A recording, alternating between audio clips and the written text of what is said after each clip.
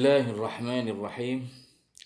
Alhamdulillahi rabbil alamin. Salatu wassalamu ala asyrafil anbiya'i wa imamil mursalin. Sayyidina wa maulana Muhammadin wa ala alihi wa sahbihi ajma'in. Wa ba'd. Melanjutkan pada majelis yang ketiga dari kitab takrib yang kita kaji pada bulan ini. Masih dalam pembahasan toharah atau bersuci. Kalau kemarin kita telah membicarakan tentang wudhu, fardunya wudhu dan sunnah-sunnahnya wudhu. Ini ada tambahan sedikit untuk melengkapi yang kemarin. Kalau yang kemarin ada 10 yang disunatkan dalam berwudhu, maka sesudah berwudhu itu disunahkan sebagaimana kita tahu. Dan ini perlu saya ingatkan bahwa disunahkan sesudah berwudu untuk membaca doa Bismillahirrahmanirrahim. Asyhadu an la ilaha illallah wahdahu la syarikalah wa asyhadu anna Muhammadan abduhu wa rasuluh. Allahumma ja'alni minat tawwabin wa ja'alni minal mutatahhirin.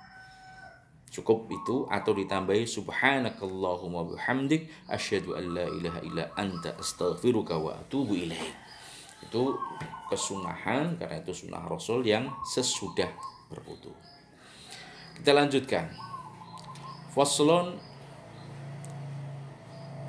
wal istinja'u wajibun minal bauli wal ghaiti. Ini ada fasal membahas tentang bebersih. Bebersih yang pertama adalah bebersih dari buang air kecil atau buang air besar, atau dalam bahasanya ya cebok bebersih. Itu hukumnya wajib. Wajib ya. Cebok itu hukumnya wajib. Ini bagi siapapun yang hajat, buang hajat, baik air kecil maupun BAB. Jadi ini menunjukkan bahwa bagaimana Islam sangat concern terhadap kebersihan diri, menjaga kesehatan dengan berawal dari bebersih tubuh. Di antaranya itu dengan mewajibkan siapapun untuk bersih atau istinja atau cebok setelah baul. Baul itu kencing. Wal ghaid. Ghaid itu artinya adalah BAB.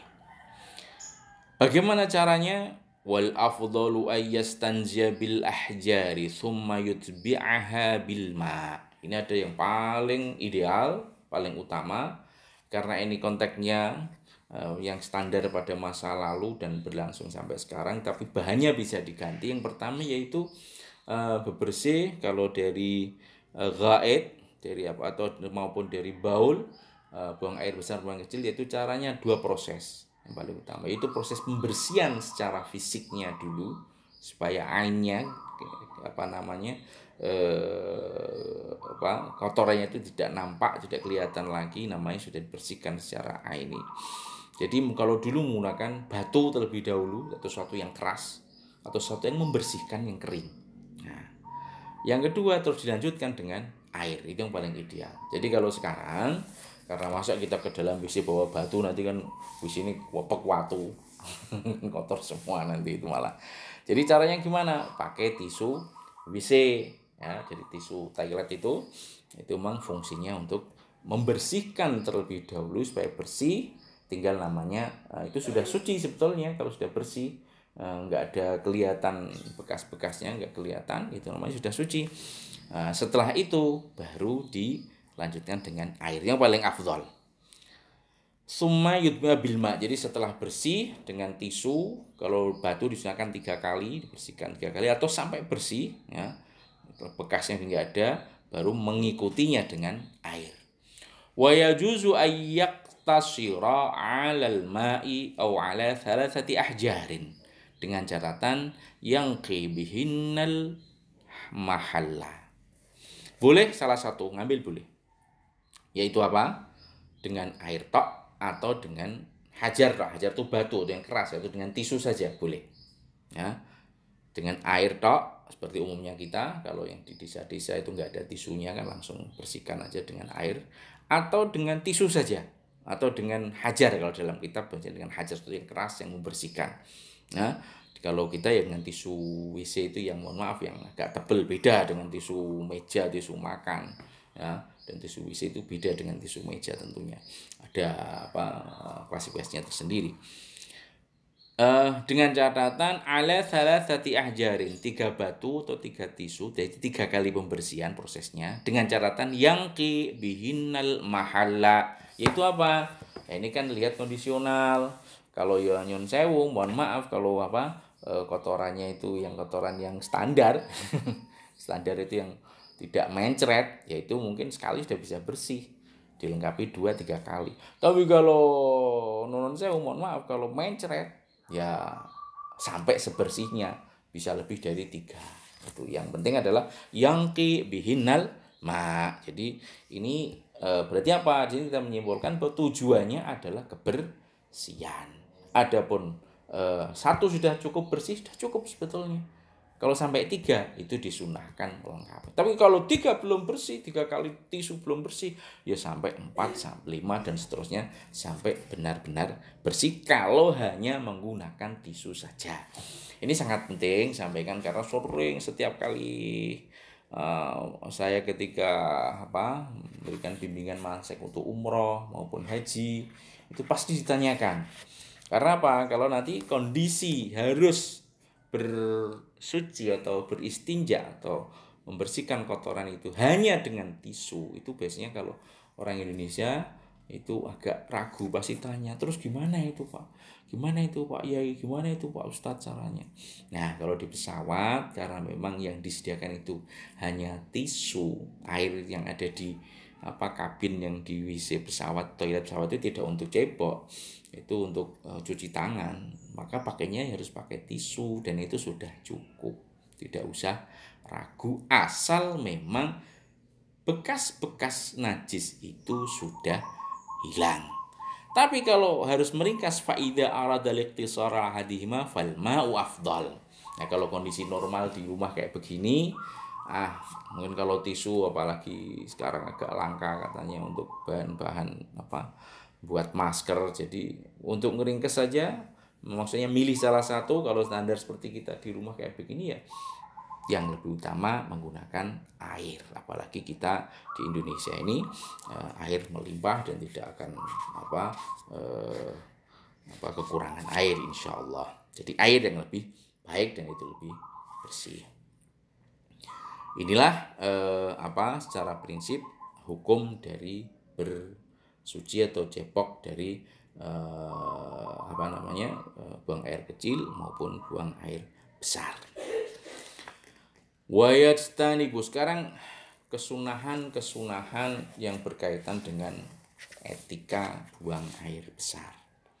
Ada yang saat menunaikan hajat itu atau sebelumnya. Jadi kalau sebelumnya berarti kita masih ingat kalau masuk ke WC disunahkan untuk ta'awud dulu. Allahumma inni a'udzubika minal khubuthi wal khabaithi. Aku mohon perlindungan darimu ya Allah dari setan-setan cowok maupun setan-setan cewek. Lah ingat ini 2 setan ini dalil bahwa setan itu ternyata ada cewek ada yang cowok.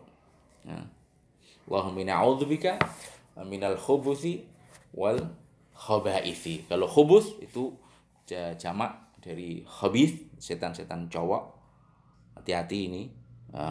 Nek mlebu WC mbak-mbak orang maca donga iki cintane setan-setan cowok.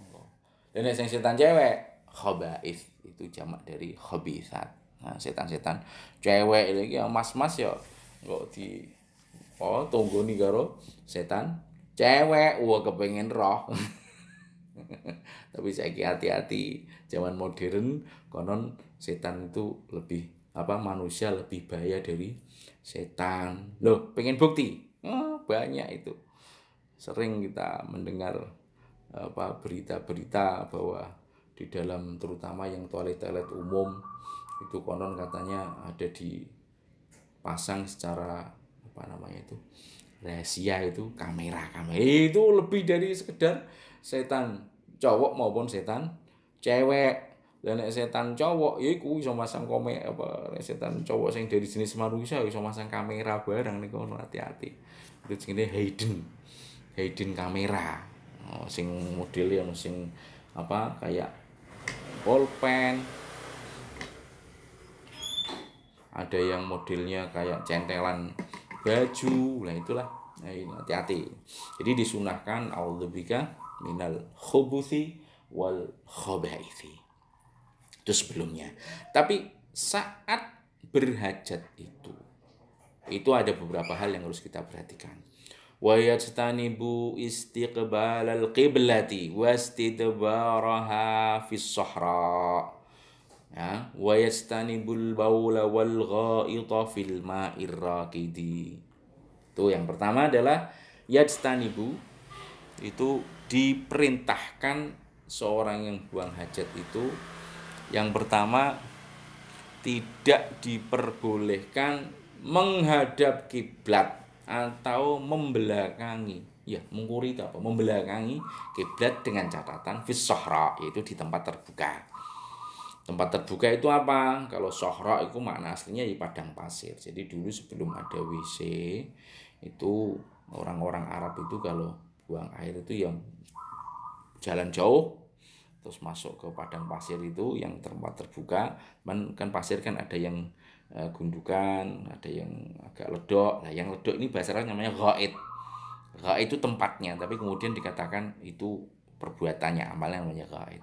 Nah ini kalau di tempat terbuka jangan sampai menghadap kiblat atau membelakangi kiblat, karena arah kiblat kalau dari Pulau Jawa arah barat itu arah yang paling dihormati. Ya, ini kalau para kiai dulu menjelaskan arah kiblat itu selalu dijaga malaikat. Mosok malaikat jogo arah kiblat atau sawan wuyoi lebih. Nah, makanya ketika ada di padang pasir, ada di tegalan, ning sawah, ning ngororo, nah, sing gak ketok wong ya kacau. Nah, itu dianjurkan jangan menghadap atau membelakangi kiblat. Yang kedua, wa yajtanibul baula wal ghaita fil ma'ir raqidi. Juga dianjurkan atau dilarang buang air kecil dan buang air besar di air yang rakit, air yang tidak mengalir. Air yang tidak mengalir itu ya kalau kecil ya belumbangan, ya meskipun airnya banyak. Kalau besar ya apa ya apa namanya, kolam renang. Lah ini ini sangat penting ini. Peh ora sing ngeroh. Peh wis bayar ini kolam renang, hampir dipastikan jajalan nih sing ora tahu sopo. Saya pengen ngerti ya. Wis njogo wis renang terus kudu pipis ning kolam renang. Ayo keluar ke toilet, naik ke ke daratan ya. Kalau di kolam renang terus kencing di toilet yang disediakan, atau wis menenge tolah-tolah kita ora ono sing terus nguyuh ning jero kolam renang. Iki ternyata saya pernah baca ini. Setelah diteliti, air kolam umum, pemandian umum itu telah diteliti, diambil sampelnya, ya. Satu kolam itu paling diambil sampel ada berapa tempat gitu, terus dilihat kandungan air itu. Ternyata dalam satu kolam yang punya luas 50 meter kali 50 terus dengan dalam standar dari 1 sampai 2 meter itu, ternyata kandungan air kencing manusia di dalam kolam renang itu kalau di wadai galon itu ada 25 galon aqua itu loh, galon air mineral aqua lah. Itu bayangno. Jadi kalau ada kolam renang itu, nek di kolam renang kok jenengan renang kadang-kadang karo kemu barang, itu berarti di dalamnya mengandung apa? Mengandung air kencing manusia. Karena ora ana ceritane kolam renang kok sergep dikuras, anane paling diobati pakai penjernih. Jadi airnya tetap, kencingnya ya tetap. Maka untuk mengurangi kadar kencing di dalam kolam renang itu sebetulnya dalam hukum syariat, dalam fikih sudah disebutkan, yaitu apa? Wa yastanibul baula wal ghaita fil ma'ir raqidi. Sebesar apapun kolam renang ya mak rakit, air yang tidak mengalir. Jadi jangan apa alah wis luwih korong kolah. Betul, airnya tidak jadi najis ya. Tapi di sini tetap dilarang, meskipun hukumnya ini ijtinab, itu makruh sebetulnya. Tapi setelah diteliti secara kesehatan memang betul sangat berbahaya. Karena apa? Karena namanya cairan tubuh, air itu bisa jadi ada kuman-kumannya, ada bakterinya, bahkan ada virus-virus yang berbahaya. Jadi di sini ya memang itu tidak boleh sebetulnya. Nah, makanya kalau saya ini pengennya kalau nyari tempat untuk ngajak anak-anak berenang itu yang bersumber dari sumber alam yang mengalir itu, cuman ya sulit ya. Ya, berikutnya wa tahta syajaratil musmirati, tidak boleh buang air kecil, air besar ya, BAB di bawah pohon, terutama pohon yang berbuah. Ini nemen mosok buang air BAB ning isor pelem ya ono wohe, jelalah wohe tiba jeblok jatuh terus, nah ini kan malah repot, kayaknya enggak boleh. Wa fit tariqi, dan di jalan, wa dhilli, dan tempat apa, shelter tempat apa, aup-aupan itu untuk berteduh. Wa thuqbi, dan dalam liang. Tahu liang ya, liang itu biasanya dipakai sarang serangga, ular, kalau jengking ya serangga juga ya, dan lain sebagainya, semut. Nah ini usil biasanya calanang ya. Wong wedok sih ra iso. Nek wong wedok ya ora iso ngepaske ngene. Rong, tapi nek wong lanang hati-hati. Ayo jalan iki mas-mas iki. Ya ini ya nggih cilik ayo jalan wae kudu nguyah. Biasanya malah golek apa? Golek bolongan. Loh, ndang metu kadale. Kadal sing metu. Nek ula jalan. Loh kan bahaya. Jadi memang bagaimana ajaran ini menjaga jangan sampai menyakiti makhluk lain, dan juga ini juga ada potensi menyakiti diri sendiri. Bayangkan kalau itu ternyata adalah liang rumahnya ular gitu. Terus mas wis rata sebut dong. Ada mas-mas ndodok, wah pas dibok ning ngene apa ngarep rong, wah iki bar diuyoi wis langsung biasane cah cilik ngoyo sak nggon-nggon itu hati-hati. Wah enggak sing duwe ning jero apa ngamuk kan, nek sing jero ula piye ini ana ula ngenyek aku iki. Oh dianggap ula padha ula ketemu cokot ya, malah dadi gawe atau ana kala jengking. Nah ini jadi yang pertama itu menyakiti hewan lain, yang kedua itu berbahaya, maka tidak boleh apa namanya membuang air kecil terutama di liang. Wala yatakallamu 'alal bauli wal ghaiti. Ya ini hati-hati, tidak boleh bicara saat kencing maupun buang air besar. Loh, mosok bicara, nek dulu aku biyen yo ora mbayangke. Ya ning gone jero WC kok terus jagongan karo wong sing ngantri ngarepe. Wis bar Kang durung, sik. Lha apa lek kok suwi? Wah, iki mbah mosok ora mungkin ngono kan. Biasane menikmati sendiri dan karo rokok dan sing bapak-bapak. Tapi ternyata sekarang dengan era teknologi ini subhanallah. Kadang-kadang dalam WC itu sama bisnis pakai HP. Oh, sambil ngomong ngaron padahal di tempat umum, WC umum ya. Ada beberapa tempat tuh akhirnya kan ya nggak etis lah, itu nggak bagus. Kalaupun bisnis kayak yang ngomong, sebentar aku lagi nih WC. Nah ini ingat, kadang-kadang ada HP yang nada deringnya itu pakai Fatihah, pakai Quran, pakai adzan, pakai sholawatan. Ingat, pertama HP yang punya dering seperti itu kalau masuk WC jangan ditinggal di luar, nanti bisa hilang. Tapi kalau masuk WC di silent aja. Jadi kalau ada panggilan cukup bergetar aja, kan nggak lucu mas ya. lagi ning jero WC terus ngono alhamdulillahi rabbil alamin. Wah, iki yo kacau. Jadi enggak boleh. La yatakallamu 'alal bauli wal ghaid. Wa la yastaqbilu syamsa wal qamara wa la yastadbiruhuma. Dan tidak menghadap matahari dan rembulan wa la yastadbiruhuma. Ini luar biasa. Ini untuk yang di luar, yang outdoor ini ya. Yang qadil hajah, berhajat yang outdoor itu enggak boleh ke arah matahari terbit maupun terbenam, ke arah apa? Bulan juga enggak boleh. Saya jalan lama mencari ini kok enggak boleh, ngapain gitu kan. Ya ternyata salah satu hikmah dari ini adalah bagaimana Islam menghormati agama lain. Mengapa? Karena ada sebagian kepercayaan yang nyembah matahari, nyembah rembulan. Nah, ini apa?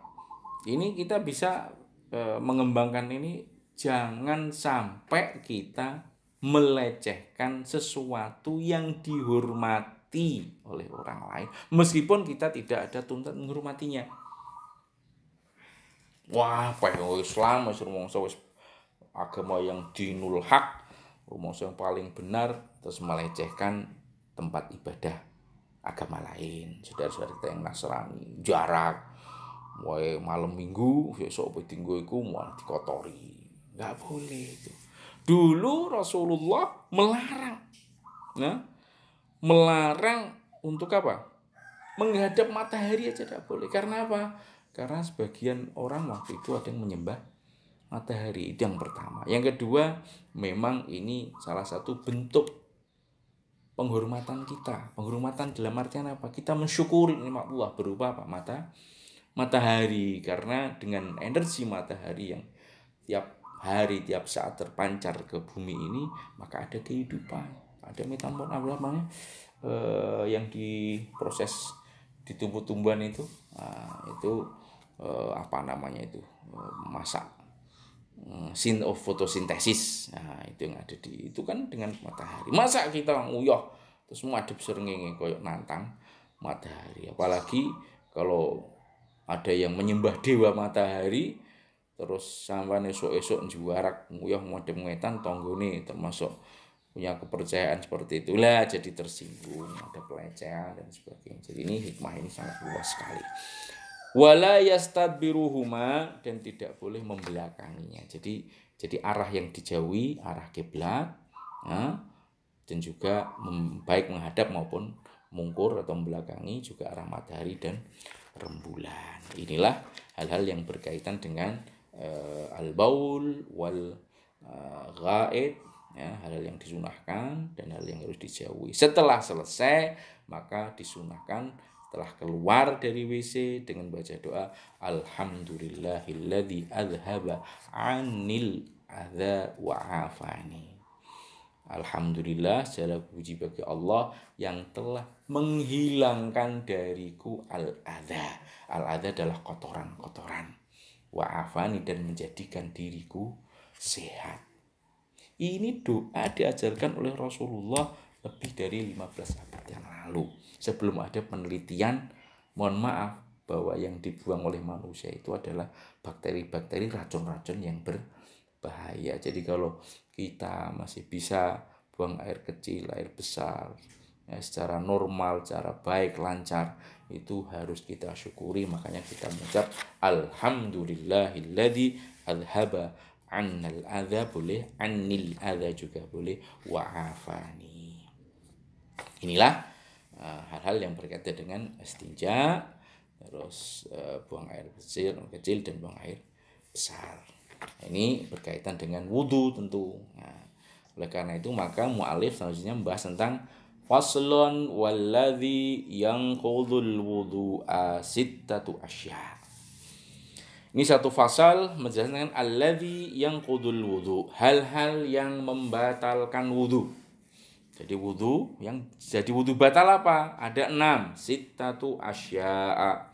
Pertama, ma kharaja minas sabilain wan naumu ala ghairi hayatil mutamakkin wa zawalul aqli bisukrin au maradin walam surrajulil mar'atal ajnabiyyata min ghairi hailin wa masu farjil adamiyya bibatnil kaffi wa masu halaqati duburihi alal jadid.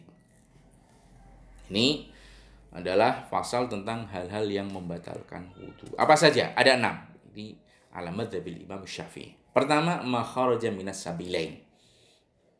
Apapun, kalau ada sesuatu yang keluar, ma ini adalah isim ma'rifat, isim mausul adalah sesuatu kharaja minas sabilain, yang keluar dari dua jalan. Maksudnya ini adalah kinayah, dua jalan itu kalau dari depan namanya baul, kalau dari belakang namanya itu BAB. Ya, apapun, baik berupa cairan, berupa darah, berupa kerikil. Loh, kok kerikil? Ya ada kencing batu. Atau berupa duit. Nah, ini yang berupa duit bisa. Loh, kok bisa? Ya bisa. Masih ingat nggak dulu itu waktu kecil saya? Nah, sekarang nggak ngerti ya. Dulu tahun 70-an itu ada duit rupiah, koin.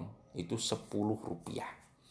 Duit paling kecil menurut saya sepanjang sepengetahuan saya di duit rupiah, paling pecahan paling bentuknya fisiknya paling kecil, hanya paling segini kecil banget, 10 rupiah.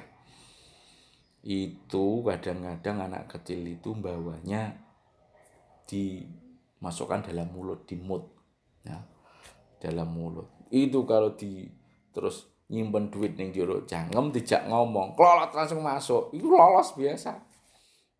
Wah, akhirnya laporan ke ibu nangis. Duitku hilang ning ndi mlebu cangkem. Wes sesuk le dinteni le. Yo dinteni duit 10 itu mahal dulu. Zaman saya sekolah dulu itu sama kakak saya pertama kali masuk SD, tahu nggak berapa uang saku saya? Kelas 1 SD itu uang saku 15 rupiah. 15 rupiah. Ya, itu dibagi 2 orang. Nah, 15 rupiah bagi 2 orang. Jadi 10 rupiah kalau 5 rupiah kacer, gambarnya burung kacer. Jadi yang 10 ini dibagi 2 dapat 55. Yang 5 rupiah nanti kita join, yaitu beli mangga atau beli apa, nanti dibagi 2. Nah, gitu caranya. Atau beli pecel dimakan. Jadi 15 rupiah, 10 rupiah itu kehilangan duit rupiah itu sama dengan anak sekarang kehilangan duit 10.000. Itu kalau masuk perut terus kemudian keluar dari perut, kan duit. Ya kan, ya duit memang, tapi keluar dari jalan belakang. Nah, ini juga termasuk batal wudunya. Nah, pengen jajal saya kisah duit rupiah. Mungkin nopo ental tasbih apa ngono. Itu juga. Jadi tidak harus berupa air maupun berupa kotoran. Berupa apapun yang keluar dari sabilain, dari jalan depan jalan belakang, membatalkan wudu. Maksudnya apapun itu, termasuk udara. Apa? Kentut. Nah, ini menunjukkan kentut membatalkan wudu. Baik suaranya dut, dit, dan lain sebagainya. Yang penting yang tahu adalah dirinya sendiri atau tanpa suara. Wa naumu ala ghairi hayatil mutamakin. Yang kedua, tidur, tapi tidak semua tidur. Nah, ya. Tapi tidur yang kondisinya tidak menjaga duduknya. Tidak menjaga duduk. Ini suatu rahmat luar biasa dari Allah Subhanahu wa taala dalam hukum Islam. Ini kalau mungkin yang bapak-bapak yang Jumatan. Jumatan itu survei menunjukkan ketika khotib membaca khutbahnya, kondisi jamaahnya itu karyawan, pekerja jam istirahat dari Jumat, itu begitu masuk masjid, sholat sunnah 2 rakaat, terus duduk mendengarkan khutbah, itu hampir dipastikan 99% tertidur. Itu tidur yang tidak pakai doa, yaitu jadi orang kan terus linggih ning ngono khutbah kok bismika Allahumma ini ahya bismika amut, kan enggak ada. Tapi duduk ya karena saking di tempat situ tenang, Nah, suasananya kita moodnya bagus. Sekarang masjid banyak yang dikasih AC. Nah, wes ora mikir tugas beban kerja sementara ini bisa hilang. Akhirnya tertidur. Begitu khotib munggah wis ra roh. Mulai ansitu wis turu kok sendiri itu jare kancane. Ono duit liwat wae ora roh. Kontak liwat yang ono ora roh. Nek iku entuk turu nek iku. Kontak liwat wis oh ini tok. Sembuh. Piye wong target ora tercapai kono kotak barang. Oh itu wis tidur sampai ketiduran beneran sarah ono ansitu wasma'u wa tingu sarah khotib ittaqullah was blas enggak ngelihat apa-apa tidur tapi kondisinya bersila duduk al mutamakkin kalau dalam kitab lain al mutamakkini maka adahu yang tidak menggoyangkan posisi apa pantatnya. Jadi kondisi tidur mau ikut dulu. Ini dua dalilnya apa? Dalilnya dulu Rasulullah SAW ketika mau mengimami sholat isya itu Rasulullah itu tidak kok terus selalu awal waktu rawuh di masjid itu menunjukkan bahwa waktu isya itu panjang kan? Jadi nek ono kiai kok sholat isya rada telat niku jamaah kiai kok jam 09.00 urung jamaah isya lho aja anggere gampang ngono kiai ku nganggo ngelmu ngajine suwe ben dudono karo santrine nek salat isya iku wektune dawa mulai ilangi mego abang maghrib ilang wektune sudah selesai sampai menjelang waktu subuh kalau sekarang sampai imsak. Nah, itu dulu zaman Rasulullah ketika mengajarkan kepada para sahabat tentang waktu isya itu langsung praktek Rasulullah. Jadi kadang sampai tengah malam baru sholat isya. Gitu. Nah, sekarang jalan nang masjid kok kiai ini sholatnya apa ngimami kok sampai jam 09.00 urung metu. Wah, ya wis diganti wong liya. Nah, tapi dulu tuh para sahabat menunggu kedatangan Kanjeng Nabi Muhammad SAW itu sampai nengkleng tidur, nengkleng pol dulu. Begitu Kanjeng Nabi rawuh sholat qomat, di iqamah ada iqamah langsung berdiri dan Kanjeng Nabi perso itu tidak memerintahkan para sahabat yang tertidur untuk berwudu. Jadi ini namanya hadis yang berupa takrir, penetapan dari Rasulullah.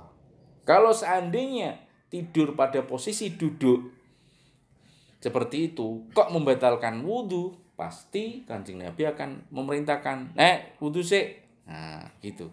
Tapi ternyata Kanjeng Nabi tidak memerintahkan untuk berwudhu. Makanya, wanaum yang membatalkan wudhu, tidur yang membatalkan adalah tidur yang ala ghairi hayatil mutamakin, yaitu tidur pada posisi tidak tetap posisi pantatnya atau bokongnya tidak menetap. Contoh ya tidur kita yang biasa itu tidur karo lekaran sama gelimbung aplang-aplang miring kanan miring ngiri ya atau duduk di kursi dengan ngolet kanan ngolet kiri ya itu ya batal. Nah gitu. Jadi tapi tidurnya tidak membatalkan. Ya, yang membatalkan adalah ini posisi tidurnya itu. Yang kedua wazawalul aqli bisukrin au maradin. Hilang akal, hilang kesadaran. Baik kesadaran disengaja dengan minum minuman keras sengaja maupun tidak atau dengan sakit, pingsan sebagainya itu batal wudunya. Makanya kalau di tengah-tengah sholat kok jatuh pingsan, nggak sadar itu batal.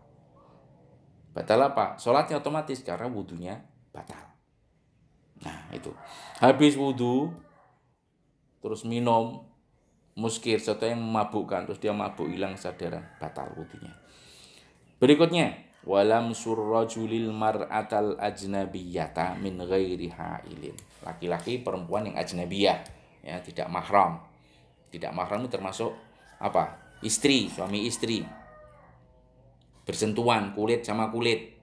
Ya, tanpa ada penghalangnya, enggak ada pelapisnya. Ini batal juga. Ini mazhab Syafi'i. Karena mazhab lain mengatakan dengan syarat yang membatalkan itu kalau ada syahwat. Nah, tapi secara umum madzhab Syafi'i mengatakan laki-laki perempuan ajnabiyah yang bukan mahram kok bersentuhan maka batal wudunya. Wa massu farjil adami bi batinil kaffi. Ya. Berikutnya adalah apa? Memegang menyentuh farji, kemaluan anak Adam, kemaluan manusia. Menyentuhnya dengan ini epek-epek bagian dalam. Ya. Ini yang kemaluan berarti yang depan. Atau wa massu halaqati duburi, dan memegang atau menyentuh lubang duburnya. Ini juga batal wudunya alal jadidi menurut pendapat Imam Syafi'i yang jadid. Yang jadid itu dari Imam Syafi'i itu ada fase qadim, yaitu ketika beliau di Baghdad, ya.